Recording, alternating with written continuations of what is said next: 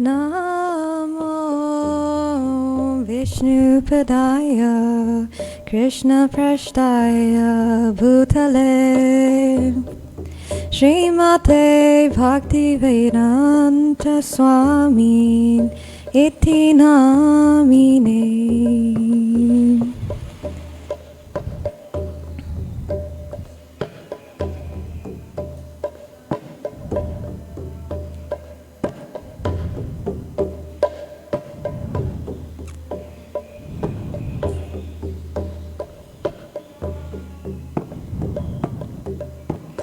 Namaste Saraswati Devi Gauravani Pracharine Nirvashesha Shunyavadi Paschatya-dishatarine.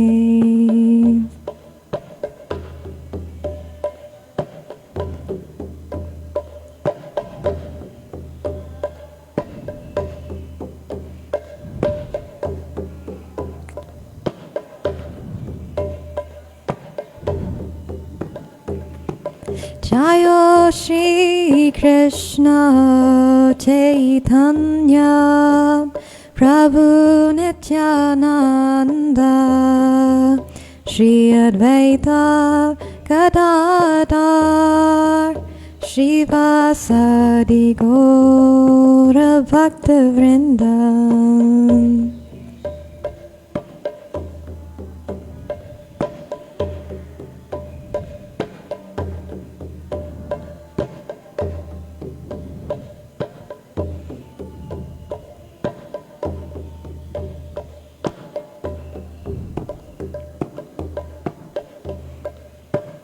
Jayo Shri Krishna Chaitanya Prabhu Nityananda Shri Advaita Gadadhar Srivasadi Gaura Bhakta Vrinda.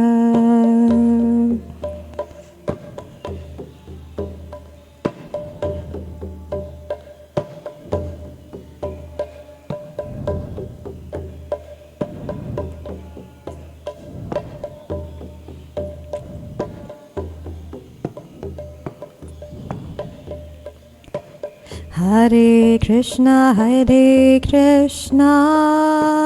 Krishna Krishna, Hare Hare, Hare Rama, Hare Rama, Rama Rama, Hare Hare.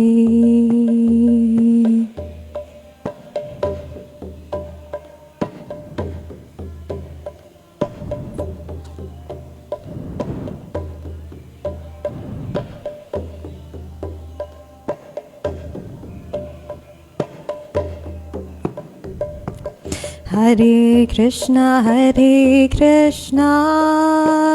Krishna Krishna, Hare Hare, Hare Rama, Hare Rama, Rama Rama, Hare Hare.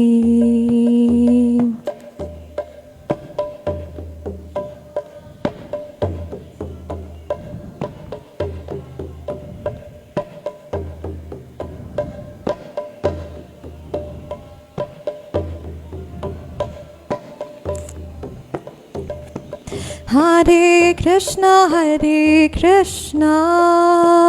Krishna Krishna, Hare Hare, Hare Rama, Hare Rama, Rama Rama, Hare Hare.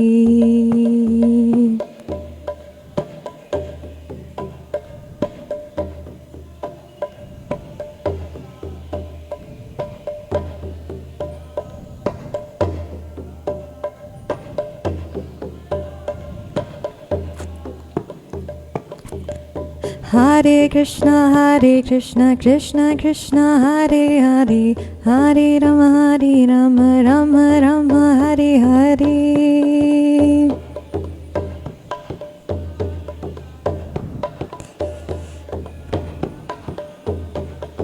Hare Hare Krishna, Krishna Krishna, Hare Hare, Hare Rama, Rama Rama, Hare Hare.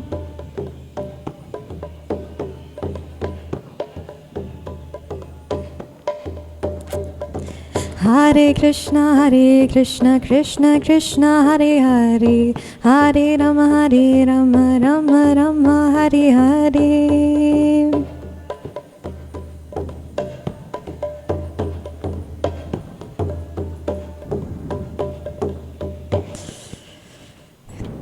Jai Om Vishnu Pad Parahamsa Parivajragacharya Ashtatara Shata Shri Srimad His Divine Grace A.C. Bhaktivedanta Swami Srila Prabhupada Ki Jai Om Vishnu Pad Parahamsa Parivajragacharya Ashtatara Shata Shri Srimad Srila Bhaktivedanta Saraswati Thakur Maharaj Prabhupada Ki Jai Anantakoti Vaishnava Vrinda Ki Prem se kaho Shri Krishna Chaitanya Prabhu Nityananda Shri Advaita Gadadhara Shivasari Gaura Bhaktarinda Ki Shri Shri Radha Krishna Gop Gopinath Sham Kund Radha Kund Giri Govardhan Ki Shri Vrindavan Dham Ki Shri Mayapur Dham Ki Ganga Mai Ki Yamuna Mai Ki Bhakti Devi Ki Tulasi Devi Ki Transcendental Harinam Sankirtan Yagya Ki Gaur Premanande.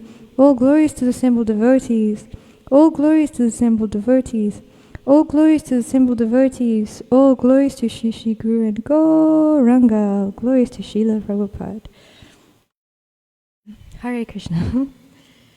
So, unfortunately, Mother Radhanath is not feeling very well, thus I'm trying to just read something anyway. I'm not going to go through the Uddhava Gita because or the Brihad Bhagavatam, because that topic, that subject matter is really high, and I haven't engaged so much with those books. So I thought I would read something, I'd just share a few things from the book that I am busy reading, because it's just so sweet. There's just so much nectar in here. Bonolda will know, because I find her sometimes when I get a chance, and I read for her, because there's so much in here, it's so important. And just to start off with mentioning why it's so important. Even if you read on the back cover, it says, one who is blessed with love and devotion takes pleasure in serving Srila Haridas Thakur's lotus feet will find this book, Harinam Cintamani, as valuable as life itself. So, anyone trying to take shelter in the lotus feet of our acharyas will find this book as valuable as life itself. So before we dive into some points, we'll start with some prayers. Om Jnanatimirandasya Jnananjana Shalakaya Chakshuram Militam Yena Tasmai Shri Gurave Namaha Shri Chaitanya Manobishtam Stapitam Yena Bhutale Swayam Rupa Kadamayam Dadati Swapadantikam. Hey Krishna Karuna Sindhu Dinabandhu Jagatpate Gopesha Gopika Kanta Radha Kanta Namostite Tapta Kanchana Gourangi Radhe Vrindavaneshwari Rishabhanu Suti Devi Pranamami Hari Priye Vanchakalpatarubhyascha Kripa Sindhubhyaivacha Patitanam Pavanebhyo Vaishnavebhyo Namo Namaha. Shri Krishna Chaitanya Prabhu Nityananda Shri Advaita Gadadhara Shivasadi Gaura Bhaktavinda. Hare Krishna Krishna Krishna Hare Hare Hare Rama Rama Rama Hare Hare. Okay, so this is a book compiled by Srila Bhaktivinoda Thakur, and basically it's the glorification of the holy name and a description of the process of devotional service given by the Namacharya Srila Haridas Thakur. And it was Lord Chaitanya himself who actually requested Haridas Thakur to speak on the glories of the holy name. And it says here in the introduction that Only those who have developed unflinching faith in Lord Chaitanya and in the process of chanting the holy name are eligible candidates to hear the topics discussed in this book. So, it's actually not a book for many of us, but regardless of that, many of us have been instructed to read, and hopefully by reading we'll develop that faith, which is required to actually access the knowledge that is coming from such a book, it's just so sweet.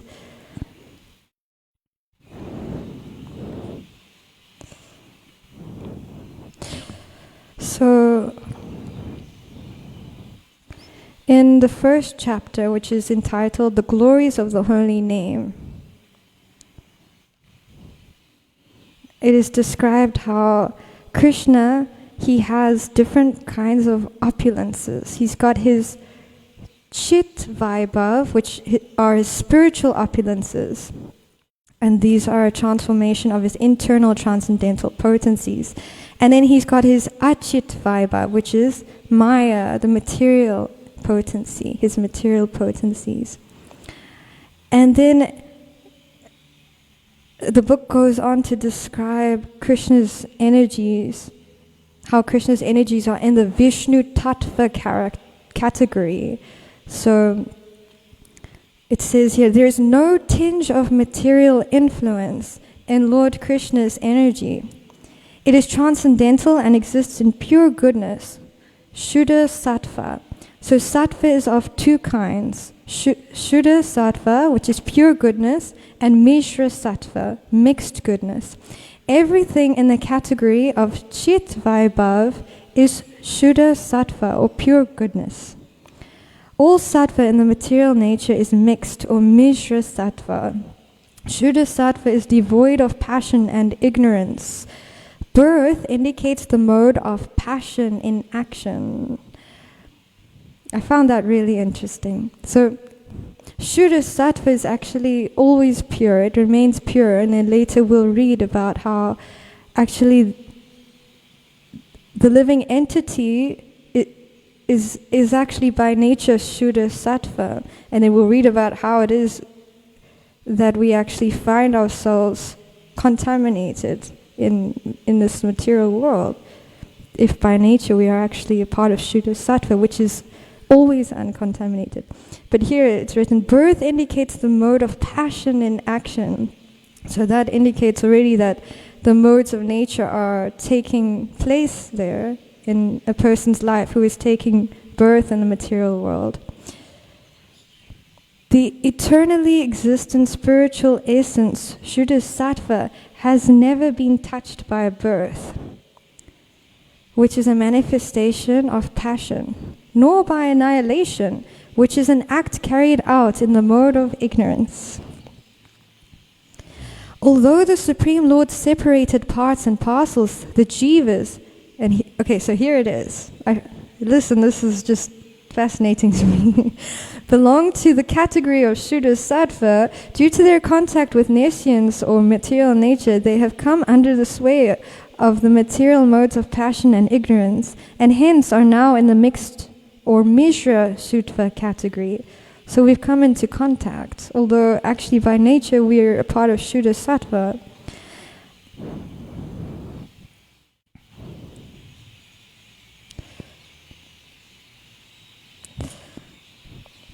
But then of course that's what makes us different from Krishna, and then the book goes on to explain that Maya is always ready to act as Krishna's maidservant. So he's always the controller, and he is never controlled by the modes of material nature like we are. And then the next paragraph discusses Mishra Sattva and Maya Tattva. So mixed goodness and Maya Tattva.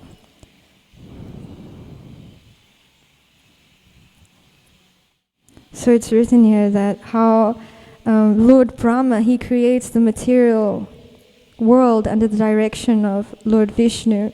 And there's this Viraj river which separates the material universe from the spiritual abode. And everything in the material universe is Achit Vaibhav, the temporary manifestation of matter. And then the book discusses how the material universe is composed of the 5 gross elements, which are mind, intelligence, and false ego. Mind, intelligence, false ego, which are comprising of the subtle body, and then the 5 gross elements, which are earth, water, air, fire, ether. Okay. Mind, intelligence, and false ego comprise the jiva's subtle body, which is the result of his desire that they are also material. So the subtle body, mind, intelligence, and false ego, that's also a part of the material body. It's just subtle. And that's where the desire is seated. The desire for sense gratification, basically. Yet the jiva, who is by nature a product of the Shuddha Sattva, as are his original mind, intelligence, and ego, is spiritual and distinct from the subtle body. So that subtle body and that material body, it's actually different from who we really are, the soul.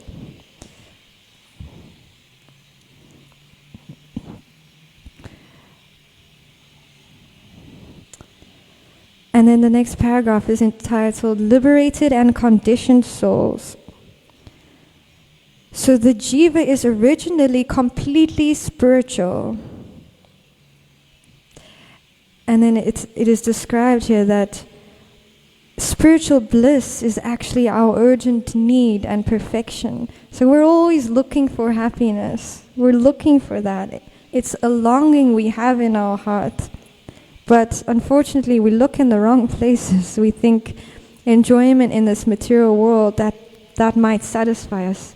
And even though we know theoretically at least that isn't really the answer, still sometimes we get a bit absorbed in that and we forget that actually real spiritual bliss does exist, and it's incomparable to just mundane temporary happiness. And we get tiny drops of that as we go along, and that's what keeps us going, remembering that, that one Harinam, that one Kirtan, that one moment with Shri Shri Radharanath.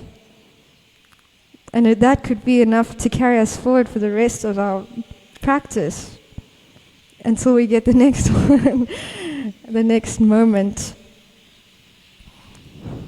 Those drops of mercy. And they do come, and they'll come again and again. We just have to keep going.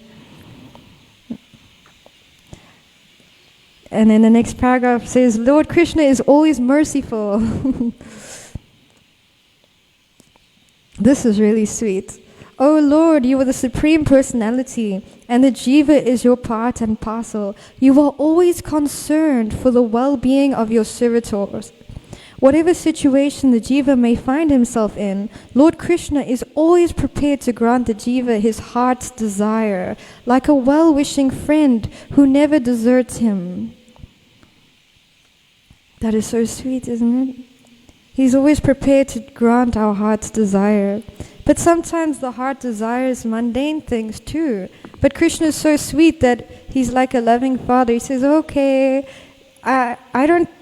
he will try to direct us differently. He will try to direct us towards him. But if we're persistent, eventually he will say, okay, you take that material sense gratification and enjoy.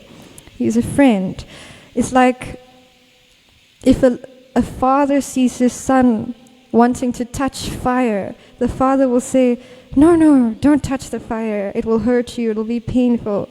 But if the child insists, no, I want to touch the fire, I want to touch the fire, eventually the father, he has to say, okay, I've tried to warn you, I don't want you to get hurt, but if you insist on touching the fire, then touch the fire, but you'll see what will happen to you. And then of course, what happens? The child gets hurt. So Krishna is always trying to direct us from within our hearts. Tesham satata yuktanam bhajatam priti purvakam dadami buddhi yogam tam yena mam upayanti te. He's seated there within our hearts. He's trying to direct us. He's trying to get us to turn our faces towards Him. But if we insist on being here in the material world, we insist on trying to be the controllers, He is going to say, okay, you have minute independence. We have minute independence, and with that we can do anything with that. Unfortunately though, we are so controlled by the modes of material nature that we allow our minute independence to be controlled by that. But actually the devotee, as devotees, we want to offer that minute independence to Krishna. Here, Krishna, I have this minute independence with which I can make decisions, but please, you take that. You instruct me. I want to actually follow your order. And then He will, by sending Guru. Because how can we understand what Krishna wants? Guru. Through Guru, He will tell us. And through other devotees. If we are pleasing to the devotees and to our spiritual masters, then we know Krishna is pleased. So this is really what Krishna wants. And it's not because He needs it. He doesn't need our worship. He doesn't need anything from us. But there is something He wants from us. He is Atmaram, He is self-satisfied. But what does He want? He wants our love, because He wants to be able to reciprocate with us fully. He wants to. He wants that relationship there. So everything He's giving us it's not for Him actually. It's for us. He loves us so much that He's given His holy name to us. And what is His holy name? Everything. Everything is contained within His holy name. He's given Himself to us. This is Krishna. And it's actually written here. There's a description of how Krishna actually has given Himself to us in His holy name. I just want to try and find that. I think it's a bit later. Yeah.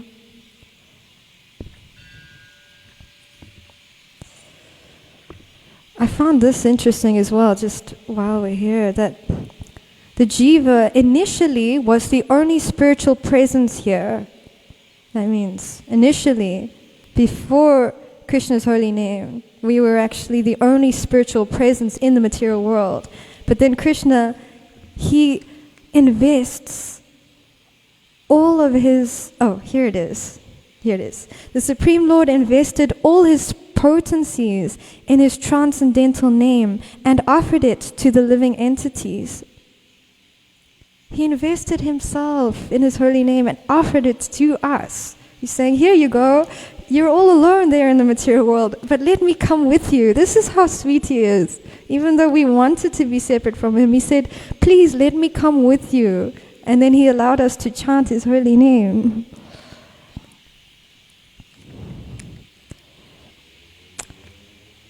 And this is really nice as well. One who has sufficient faith in the holy name is eligible to chant it.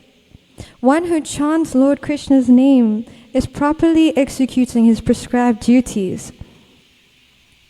And then it says, the only prerequisite for chanting the holy name is faith. One who takes shelter of the holy name with unflinching faith will attain all perfection. So that's in the very beginning of our devotional practice, Shraddha, that's the building block from which all of the other processes of devotional service will come. But what comes after Shraddha? It's Sadhu Sangha. So how is it that we actually deepen our faith? Because later on in this book it describes how when we meet someone who has Shraddha, we become inspired, and then the Shraddha that we appear to develop is actually just a shadow of the other person's Shraddha. It's not real faith. we don't have real faith in the beginning. But it looks like we do because we start practicing very nicely. And then eventually, as the anartas are removed from within the heart, then we start to develop real faith in the holy name. But if we actually want to do that, we have to learn how to take shelter in our spiritual masters, because they're the ones who can give that faith in the holy name. And it's written here that anyone wanting to attain the highest spiritual success of chanting purely must approach a bona fide spiritual master and serve him sincerely and with care. So we just read about how the prerequisite to be able to chant and to be able to access the process of devotional service, we need to have faith. But in order to actually develop that faith and chant purely and achieve that highest perfection of life, we need to approach our spiritual masters.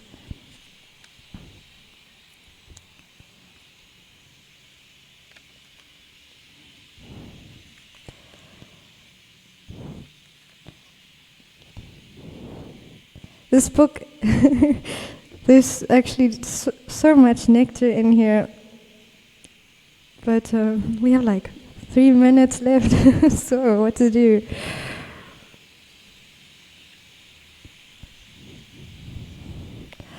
Okay, just one more interesting point that I found in here.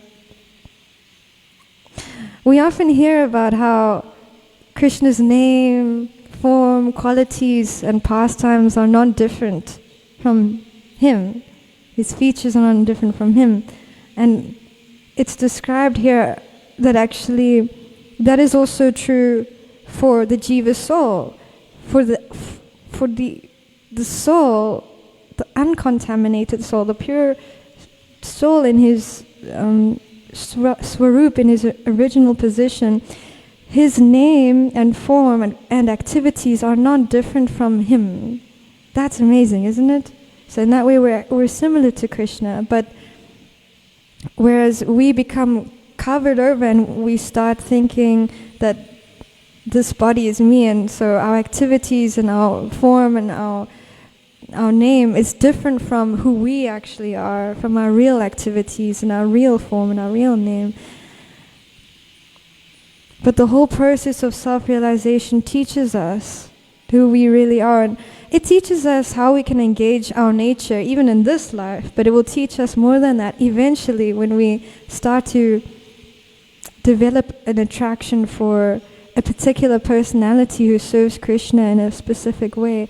But everything must be done under the instructions and guidance of Guru. Because yasya prasadat bhagavat prasadat, yasya prasadat nagati gutoapi. Without the mercy of the spiritual master, we can't make any progress.